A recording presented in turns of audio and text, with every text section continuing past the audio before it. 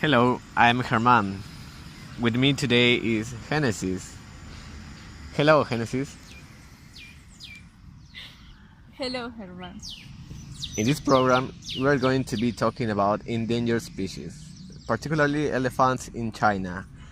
So let's start with a question, Genesis. Do you know how many elephants are still living in the wild in China? Is it A, fewer than 15,000, B, fewer than 1,000, or C, fewer than 300 elephants? I don't know, but I'm going to have a guess and say B, fewer than 1,000. Yeah, so Yerma, have you ever come across any animal species under threat? Yes, I have. I went to Australia a few years ago and saw some turtles on the beach laying their eggs, and they are very rare, aren't they? They are very rare. I've always wanted to see them, but I haven't had the chance. I was lucky enough to see a panda when I was China once, and they are threatened with extinction too, of course.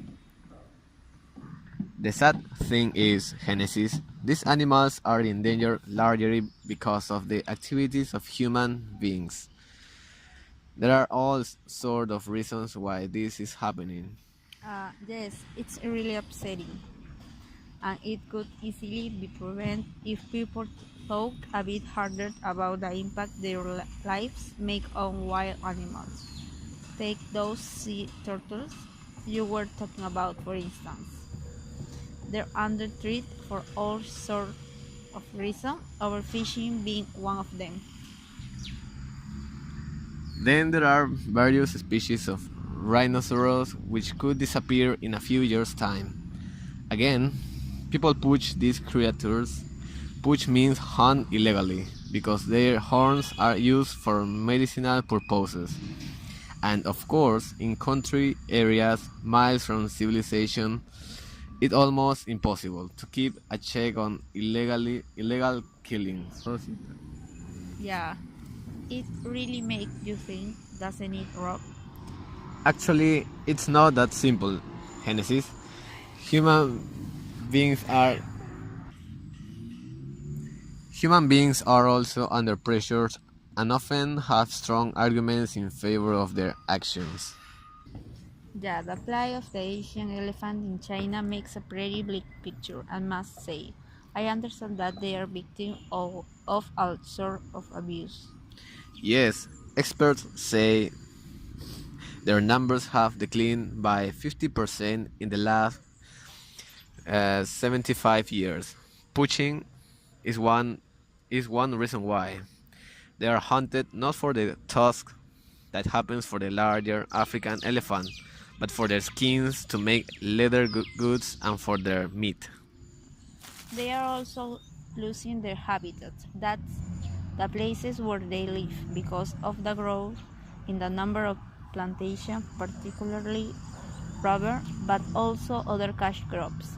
These agricultural monocultures, as they are called, spell it from the elephant lifestyle. Logging or deforestation, in which whole forests are destroyed, also adds to their problems. What's more, in some places, their migratory routes have been cut off by human populations living in newly established villages. In a more general sense, just expanding human population is forcing them out of their natural environment. Yeah, there is another very unpleasant way in which these creatures are suffering. German. Many of the young elephants are taking away, are taken away from the herd and are turned into performing circus animal for tourists. Really, Genesis? Yes, I heard that sometimes snails are driven into their feet. They are deprived of sleep, food, and water. This is to make them easy to train. That's so cruel. But there are people trying to improve the situation, Genesis. For example, there's a rehabilitation program that's a scheme to bring them back to a normal life. which rescues elephants at risk and give them protection within an special sanctuary. Then there are some people who are trying to get people to get farmers to work in a different way. 3. You asked me how many elephants are still living in the wild in China. What was it fewer than 15,000, fewer than 1,000, or fewer than 300? And I guessed 1,000. I'm afraid the answer is actually fewer than 300. That's a real cause for concern. Well, we're almost out of time. So let's remind ourselves for some of the words we have said today, Neil. It's okay.